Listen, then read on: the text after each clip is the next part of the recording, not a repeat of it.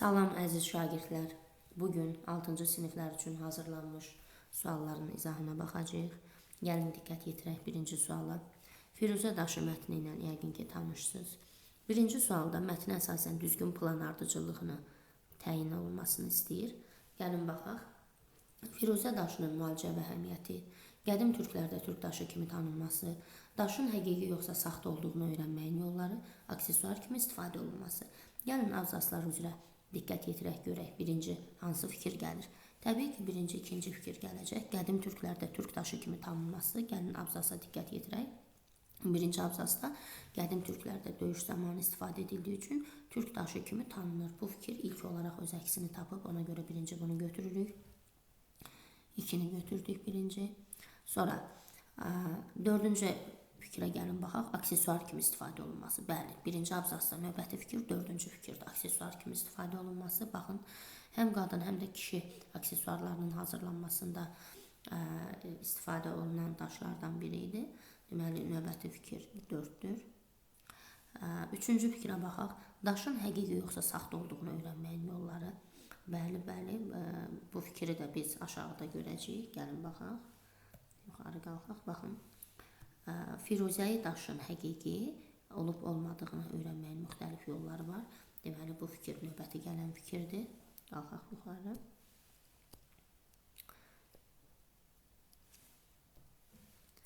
2, 4. Sonra üçüncü fikir gəldi. Daşın həqiqi yoxsa saxta olduğunu öyrənməyin yolları. Ən axırda isə birinci fikir, Firuzə daşının müalicə və əhəmiyyəti. O da mətndə öz əksini tapıb gəlin baxaq. Həqiqi olub olmadığını öyrənməyin yollarından sonra gəlir bu fikir. Baxın, Firuzə daşının bir sıra faydaları, müalicə və əhəmiyyəti var. Deməli, ardıcıllıq bu formada gedəcək. Gəlin baxaq. 2, 4, 3. Ən axırıncı isə birinci fikir. Yəni, Firuzə daşının müalicəvi əhəmiyyəti. Düzgün cavabımız B variantı olacaq. Ümid edirəm ki, hər birinizə aydın oldu. Gəlin ikinci suala diqqət yetirək. İkinci sual. Mətnin məzmunu ilə ziddiyyət təşkil edən fikri müəyyən edin. Yəni, əkslik təşkil edən, uyğunlaşmayan. A variantına diqqət yetirək. Firuzə daşı zərgərlik məmulatı olmaqla yanaşı, eyni zamanda aksesuar kimi də istifadə olunur. Gəlin baxaq görək, bu fikir mətndə öz əksini tapırmı? Bəli, baxaq. Deməli, 1, 2, 3-cü abzasa gəlin diqqət yetirək. 3-cü abzasda yazılıb ki, bu daş tarixdən bugünə kimi zərgərlik məmulatı və aksesuar kimi istifadə edilib. Deməli, bu fikir öz əksini tapır və doğru fikirdir. B-yə diqqət yetirək. Bu daşdan qədim Misirdə də istifadə olunub. Gəlin görək, mətndə öz əksini tapırmı? Bəli. Elə 3-cü abzasda baxaq, yazılır ki, Firuzə daşının istifadəsi qədim Misirə gedib çıxır. Deməli, Misirdə də istifadə olunub. C variantına diqqət yetirək. Firuzə daşının müalicə və əhəmiyyəti yoxdur. Mətnə diqqət yetirək.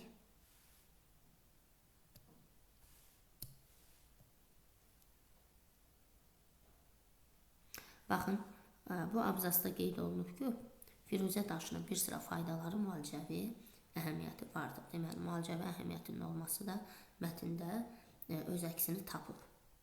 Amma ikinci sualda qeyd olunur ki, Firuzə daşının C variantında yazılıb ki, Firuzə daşının müalicə və əhəmiyyəti yoxdur. Deməli, mətndən ziddiyyət təşkil edən bir fikirdir. Keçək digər hissəsinə. Baxın.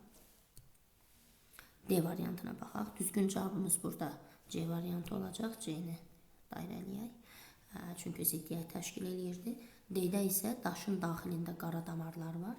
Gəlin baxaq görək, bu fikir qeyd olunub mu mətndə? Bəli. Yuxarıya qalxaq. 3-cü abzasa diqqət yetirin. Onun daxilində adətən qara damarlar olur. Deməli, bu fikirdə mətndə öz əksini tapıb. İkinci sualda doğru cavabımız oldu C variantı. Firuzə daşının müalicə və əhəmiyyəti yoxdur, ancaq mətndə olduğu qeyd olunur. Keçək 3-cü suala diqqət yetirək. Mətnin əsas hissəsinə aid fikri seçin. Bilirik ki, mətnlər giriş, əsas, sonluq hissələrdən ibarət olur. Gəlin baxaq görək, əsas hissəsinə aid fikir hansıdır? A-ya diqqət yetirək. Firuzə daşının türk daşı kimi tanınması, türk daşı kimi tanınması fikri görək mətnin hansı hissəsində verilib. Elə lap girişdə birinci abzasda qeyd olunub. Qədim türklərdə döyüş zamanı istifadə edildiyi üçün türk daşı kimi də tanınır. Bunu biz əsas hissəyə aid edə bilmərik. Sonra Firuzə daşının türk daşı kimi tanınması, bundan danışdıq. B-yə baxaq. Qadın və kişi aksesuarlarının hazırlanmasında istifadə olunması. Gəlin baxaq. Görək hansı hissədə verilib. Mətnin elə birinci abzasına baxaq. Birinci abzasda qeyd olunub ki, qadın həm də kişi aksesuarlarının hazırlanmasında üstünlük verilən daşlardandır. Deməli, bu fikir giriş hissədə öz əksini tapıb. Üçüncü sualda C-yə diqqət yetirək. Firuzə daşının ən qiymətli daşlardan biri olması. Gəlin baxaq, görək harda öz əksini tapıb. Birinci abzasa baxaq. Birinci abzasın birinci cümləsinə diqqət yetirin. Firuzə daşı yer üzündəki ən qiymətli daşlar arasında mühüm yer tutur. Deməli, bu da harda verilib? Girişdə öz əksini tapıbdır. Firuzə daşının qiymətli daşlardan biri olması. D-yə baxaq. Həqiqi firuzə daşını tapmağın yolları. Artıq bu fikir mətnin giriş yox, deməli, əsas hissəsində öz əksini tapacaq. Gəlin baxaq. Diqqət yetirin. Görürsünüz, birinci abzas 2-3 yox, dördüncü abzasda qeyd olunub ki, firuzəyi daşın həqiqi olub olmadığını öyrənməyin müxtəlif yolları var. Deməli, bu da mətnin əsas hissəsinə aid bir fikirdir. Keçək digərlərinə. Üçüncü sualda doğru variantımız D variantı oldu. D-ni qeyd edək. Keçək dördüncü suala. Dördüncü sualda mətndə çərçivə daxilində verilmiş sözün kontekstə uyğun mənada işləndiyi cümləni seçin. Gəlin birinci növbədə mətndə çərçivə daxilində verilmiş sözə diqqət yetirək. Bilirik ki, bu tip suallarda sözləri biz cümlə daxilində oxumalıyıq ki, onun mənası aydın olsun. Həqiqi yoxsa məcazi mənada işlənib və yaxud da hansı mənalarda işlənibsə, onu təyin etmək üçün. Gəlin baxaq. Firuzəyi daşın həqiqi olub olmadığını öyrənməyin müxtəlif yolları var.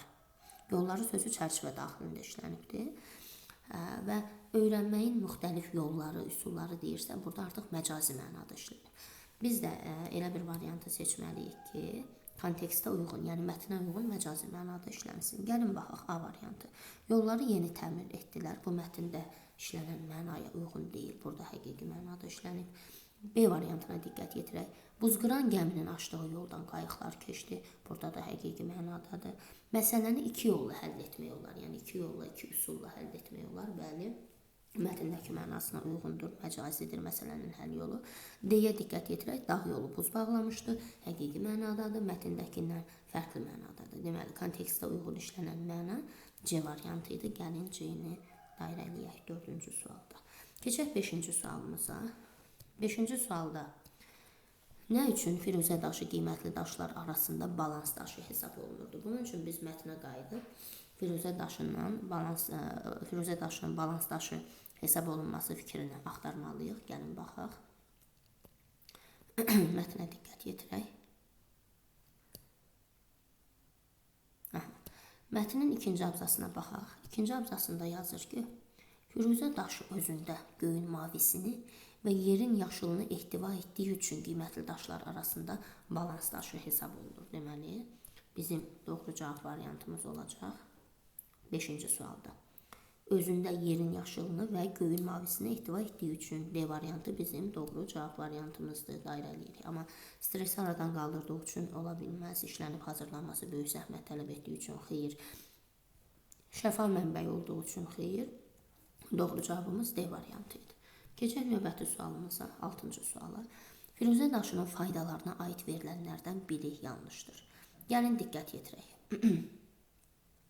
Ruhi və fiziki sağlamlığa müsbət təsir edir. Gəlin görək mətn öz əksini tapıbmı faydaların içində. Əvvəl axtaraq o hissəni. Bəli, baxın. Firuzə daşının bir sıra faydaları müalicəvi əhəmiyyəti vardır. Gəlin baxaq.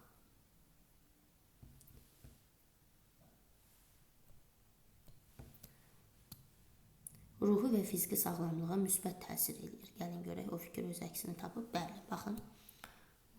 Huzur və rahatlıq təmin edərək ruhi və fiziki sağlamlığa müsbət təsir edir. Deməli, öz əksini tapan fikirdir.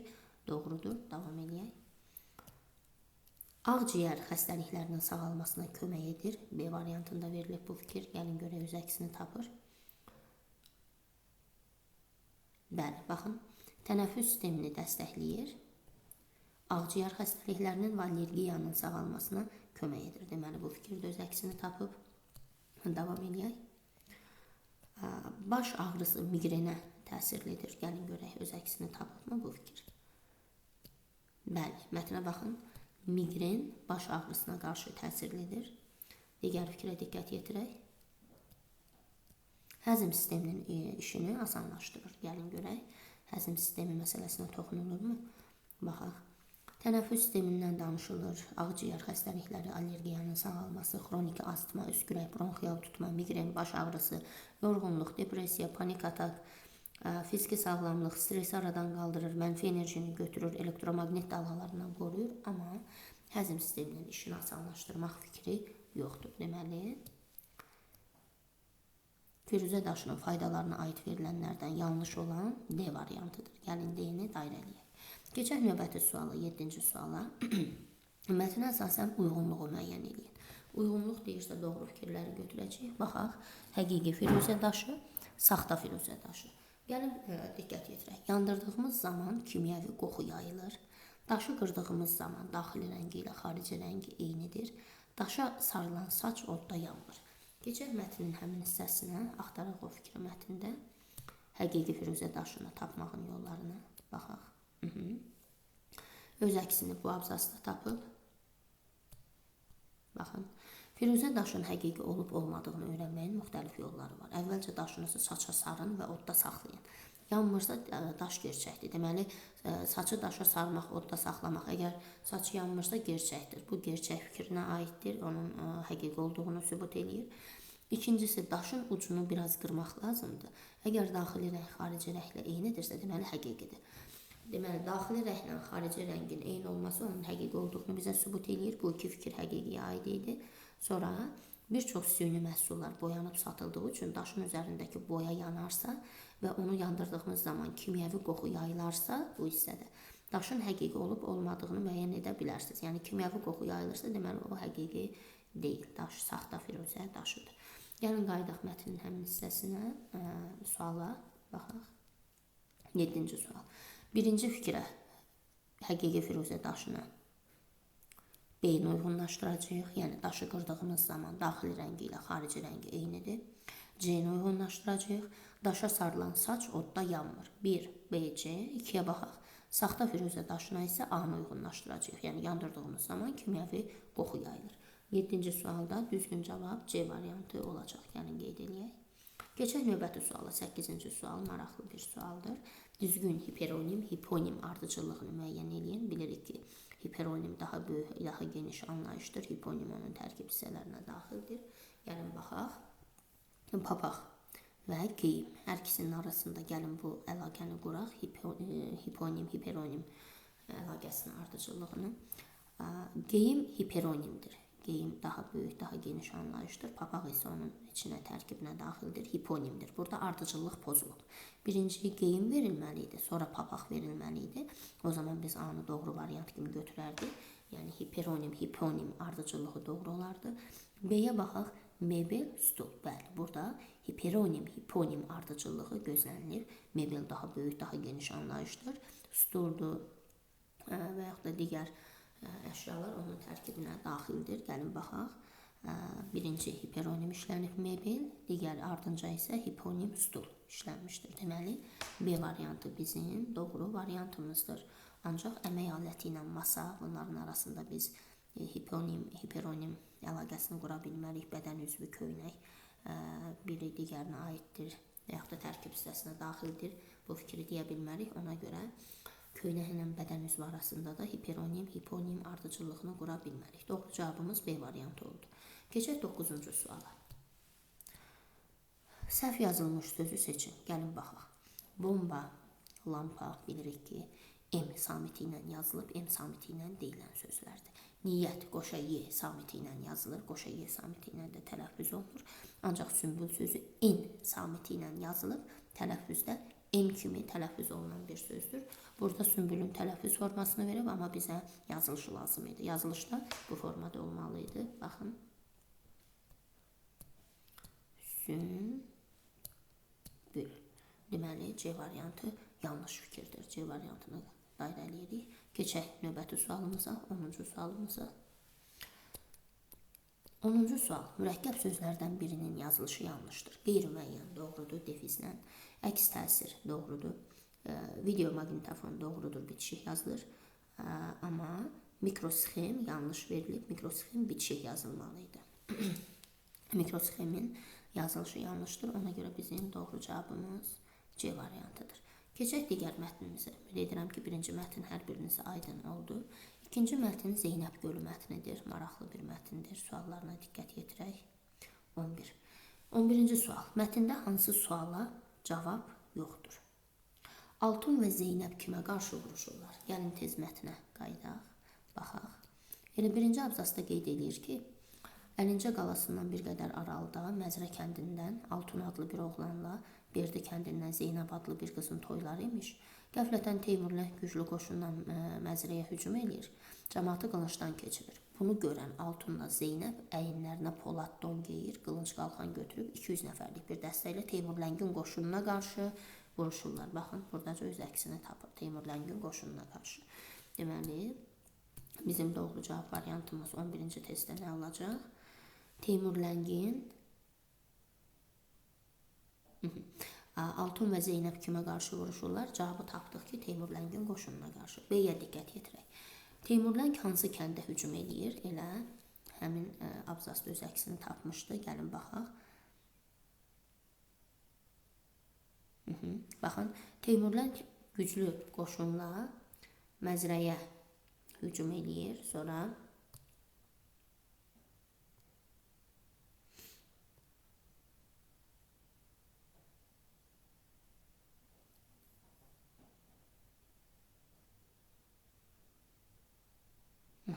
baxın, burada da öz əksini tapıb. Axırıncı 5-ci abzasa baxın, qarşısında Roma rəqəmi 5-ci qoyulan abzasa diqqət yetirin. Berdi kəndindən olduğunu öyrənir Zeynəbin və fürsəti əldən verməyib Berdi kəndinə hücum çəkir.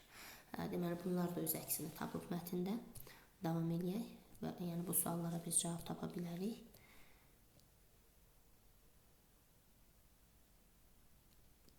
C variantına diqqət yetirək.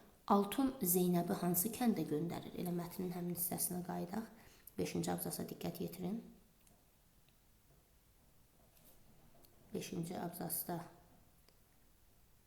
yox, 4-cü abzasa baxaq. Belə deyirlər ki, Teymurləng Əlincə qalasından çəkilib gedəndən sonra Altun qalanın müdafiəsini kiçik bir dəstəyə tapşırıb Zeynəbi öz kəndləri Berdiyə göndərir. Baxın, öz əksini tapın. Zeynəbi öz kəndləri Berdiyə göndərir. Deməli, bu sualın da cavabı mətndə öz əksini tapıb. Gəlin digərlərinə diqqət yetirək. Teymurləng Əlincə qalasını neçə ay mühasirədə saxladı? D variantında. Gəlin baxaq görək, bu fikir mətndə öz əksini tapıbmı? Deməli, mətnin ikinci abzasında qeyd olunur ki, Teymurləng uzun müddət Əlincə qalasını mühasirədə saxladı. Amma neçə ay mühasirədə saxladığı qeyd olunmuyor. Deməli, 11-ci sualda D variantı doğru cavabdır. Yəni D variantının cavabı yoxdur. Mətndə hansı suala cavab yoxdur? Teymurləng Əlincə qalasını neçə ay mühasirədə saxladı? D variantı. 12-yə diqqət yetirək. 12-də deyir ki, fikirlərdən biri haqqında mətndə məlumat verilməyib. Gəlin baxaq. Əlincə qalasının müdafiəsi. Bəli, bildik ki, Teymurləng Əlincə qalasına hücum eləyir. Altunla Zeynəb də qalanın müdafiəsinə dururlar, qalanı müdafiə eləyirlər. Teymurləngin hücumu var idi, bəli, Berdiyə hücum eləyir, Məzrəyə hücum eləyir. Zeynəbin cəsarətini biz görürük, gəlin baxaq. Axırda qeyd olunub Zeynəbin cəsarəti. Deyir ki, Zeynəb özünü yaxındakı gölün kənarına çatdırır. Ondan qabaq deyir ki, Teymurləng Zeynəbin Berdi kəndində olduğunu öyrənir, fürsət əldən verməyib Berdiyə hücum çəkir. Berdini dağıdır, düşmənə qarşı kişi kimi vuruşan Zeynəb özünü yaxındakı gölün kənarına çatdırır, ağır bir daşı özünə bağlayıb gölə atılır. Teymurləng boğulub ölən bu mərd qızın hünərinə, cəsarətinə heyran qalır. Bəli, cəsarətli idi Zeynəb. Ondan qabaq da birinci abzasda biz görürük ki, Altunla Zeynəb birləşib Teymurləngə qarşı vuruşurlar. Deməli, 12-ci sualda Zeynəbin cəsarəti, bəli, bu doğru fikirdir. Mətndə öz əksini tapıb, amma C variantında Altunun ölümü yazılıb. Axı biz mətndə Altunun ölümünü görmürük. Belə bir fakt yoxdur. Ona görə C variantı doğru variantdır. Yəni mətndə bu haqqda məlumat yoxdur. Keçək 13-cü suala. Altunla Zeynəb nə üçün öz dəstələrində götürüb Əlincə qalasına çəkilirlər? Gəlin baxaq. Mətndə bu hissəni gəlin axtaraq.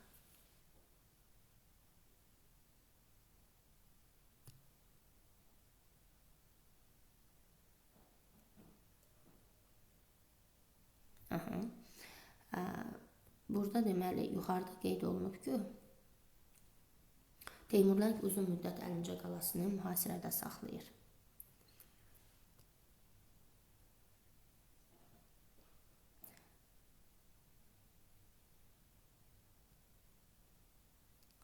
Birinci abzasda qeyd olunub ki, Teymurləngin qoşununa qarşı vuruşurlar. Altunla Zeynəb öz dəstələrini də götürüb gizli yolla Əlincə qalasına çəkilirlər. Birinci abzasın ən axırında baxın.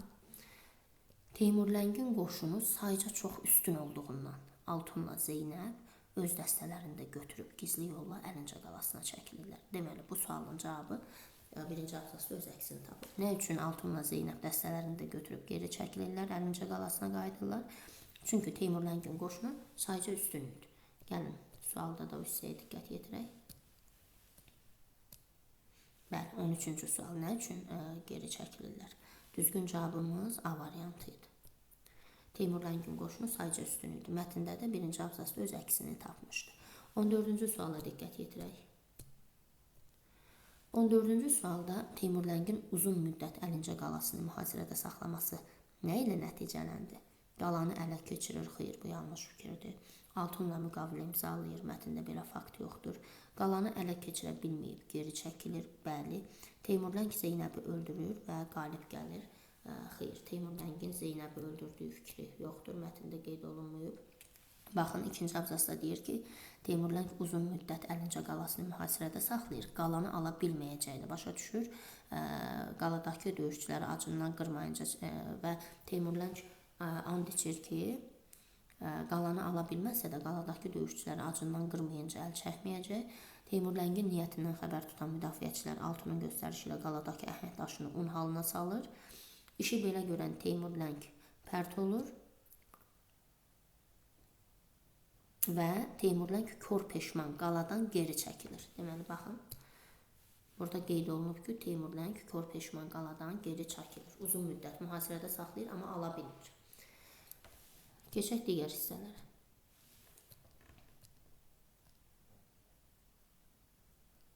15-ə baxaq. 15-də mətnin məzmununa əsasən nöqtələrin yerinə yazıla biləcək ən uyğun sözü seçin. İşi belə görən Teymurləng, gəlin mətnin o hissəsinə diqqət yetirək.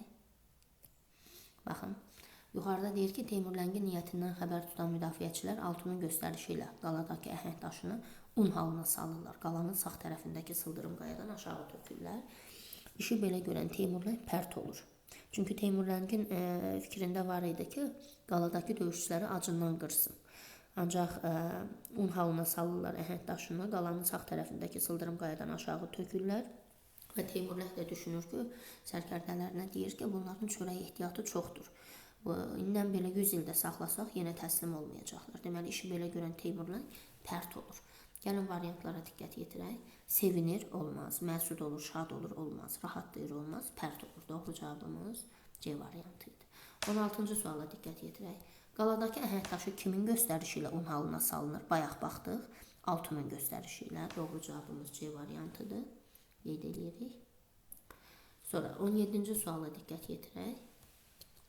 17-də deyir ki, hansı fikir Teymurləng haqqında deyilə bilməz? Güclü qoşunla Məzrəyə hücum edir. Bəli, mətndə gördük bu faktı birinci abzasda. Uzun müddət Əlincə qalasını mühasirədə saxlayır. Bəli, gəlin o hissələrə bir də diqqət yetirək. Baxın, birinci abzasda deyir ki, Teymurləng güclü qoşunla Məzrəyə hücum edir. Sonra uzun müddət Əlincə qalasını mühasirədə saxlayır. Deməli, bu fikirlər öz əksini tapıb. Davam eləyək. Berdi kəndini dağıdıb viran qoyur. Bəli, bu fikirdə öz əksini tapıb. Gəlin baxaq. Baxın, deyir fürsəti əldən verməyib. Berdi kəndinə hücum edir. Berdini dağıdır, viran qoyur. Bu da öz əksini tapıb. Ancaq yazır ki, Zeynəbi ələ keçirərək öldürür. Xeyr, Zeynəbi Teymurləng öldürmür. Zeynəb özünü gölə atır. Daşa sarı gölə atır. Baxın, mətndə yazıb ki, Zeynəb özünü yaxındakı gölün kənarına çatdırır. Ağır bir daşı özünə bağlayıb gölə atılır. Deməli, Zeynəbi Teymurləng öldürmür. Bizim burada doğru cavabımız olacaq D variantı. Çünki mətndə bu haqda fikir verilməyib. Teymurləng haqqında deyilə bilməz. Zeynəb ələ keçirib öldürmək fikri səhv fikirdir, yanlış fikirdir. Keçək digərlərini 18-ə. Əsərdəki Altun obrazının davranışlarından çıxış edərək onun xarakterini müəyyən edin. 1. Yazılıb qorxaqdır, ola bilməz. Çünki Altun cəsarətlə qalanı müdafiə eləyir, kəndlərini müdafiə eləyir. Cəsarətlidir, bəli, cəsarətlidir Altun. Biz bunu Teymurləngə qarşı mübarizə aparmasından görürük, vuruşmasından görürük. 3-də yazılıb tədbirlidir, bəli, qaladakı əhəng daşını un halına salmağı kim təklif verirdi, kimin təklifi idi? Təbii ki, Altunun. Deməli, buradan bilirik ki, tədbirlidir. Xəyanətkardır, xeyr, biz onun öz kəndinə, yurduna xəyanət elədiyini görmürük. Ona görə doğru cavab olacaq 2 ilə 3, B variantı 18-ci sualda. Davam edirik 19-cu suala diqqət yetirək. Sual işarəsinin yerinə hansı fikir yazılmalıdır? Səbəb-nəticə əlaqəli bir sualdır. Gəlin nəticəyə baxaq. Teymurləng qayıdıb yenidən Əlincə qalasını mühasirəyə alır. Səbəb nə idi? Geri çəkildiyinə görə peşman olur. Xeyr, bu fikri götürə bilmərik. Əlavə dəstək alır. Xeyr, Altunun ölüm xəbərini alır. Xeyr, amma Altunun Əlincə qalasından getdiyi xəbərini alır. Baxın, 5-ci abzasa diqqət yetirin. Yazılıb ki, Altunun Əlincə qalasından getdiyi xəbərini alan Teymurləng qayıdıb yenidən qalanı mühasirəyə alır. Deməli, doğru variantımız nə olacaq? Səbəb-nəticə əlaqəsində C. Keçək digərlərinə. 20-ci suala diqqət yetirək. El arasında indi də həmin gölə Zeynəb gölü deyirlər. Verilmiş məlumat mətnin qarşısında Roma rəqəmi qoyulmuş hansı abzasına əlavə edilə bilər? Təbii ki, 5-ci abzası əlavə ediləcək. Nəyə görə? Gəlin bu fikri sübut eləyək. Çünki göldən hansı hissədə danışılır? Elə axırıncı 5-ci abzasda. 5-ci abzasın sonunda deyir ki, baxın, düşmənə qarşı kişi kimi vuruşan Zeynəb özünü yaxındakı gölün kənarına çatdırır. Ağır bir daşı özünə bağlayıb gölə atılır. Teymurləng boğulub ölən bu mərd qızın hünərinə, cəsarətinə heyran qalır. Zeynəbi diri tuta bilməməyinə heyfsilənir. Deməli, göl məsələsi ancaq bu abzasdaydı. 5-ci abzasın sonuna artıra bilərik. Digər abzaslarla isə heç cür əlaqələnə bilməz. 21-ci suala diqqət yetirək. Mətndə çərçivə daxilində verilmiş sözü hansı ifadə ilə əvəz etmək olar? Gəlin, mətndəki çərçivə daxilində verilən sözə diqqət yetirək.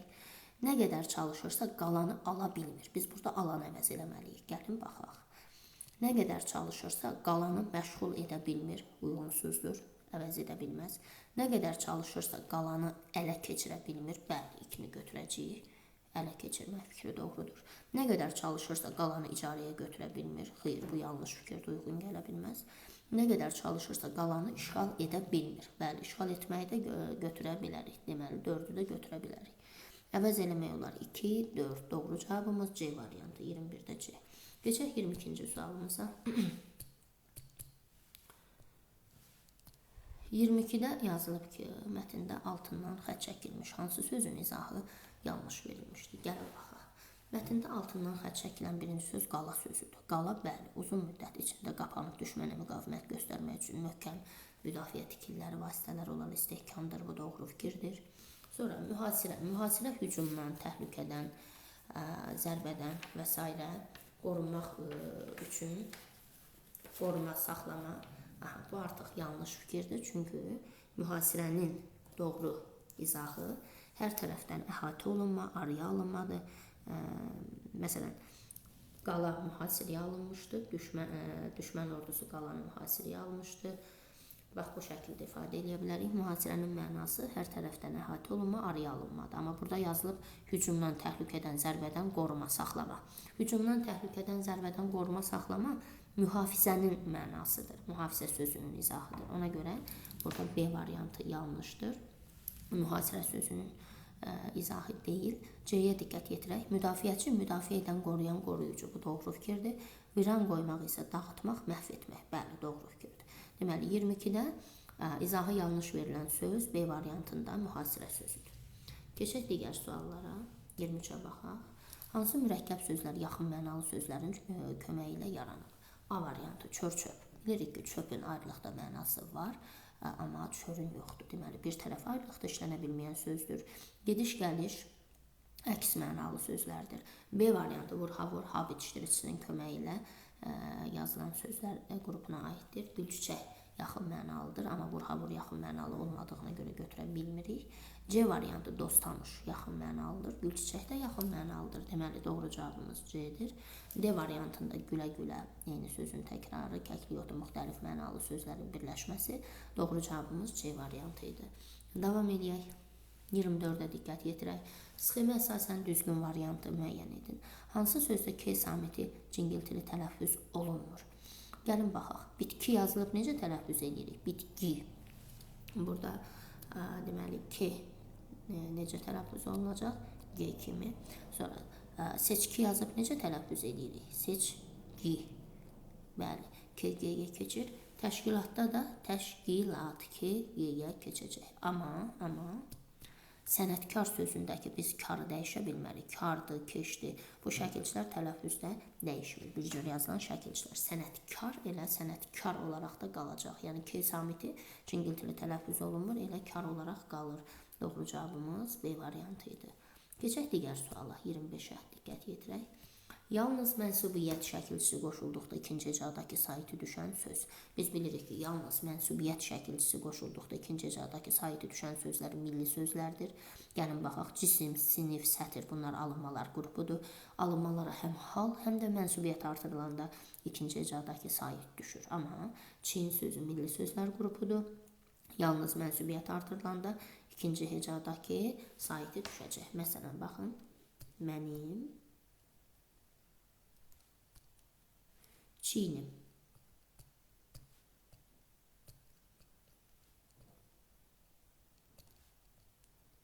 Çinim, görsünüz. İkinci hecada y-dan sonra, y samitindən sonra gələn i düşdü. Niyə? Çünki mənsubiyyət artırdıq. Düzgün cavabımız C variantı idi.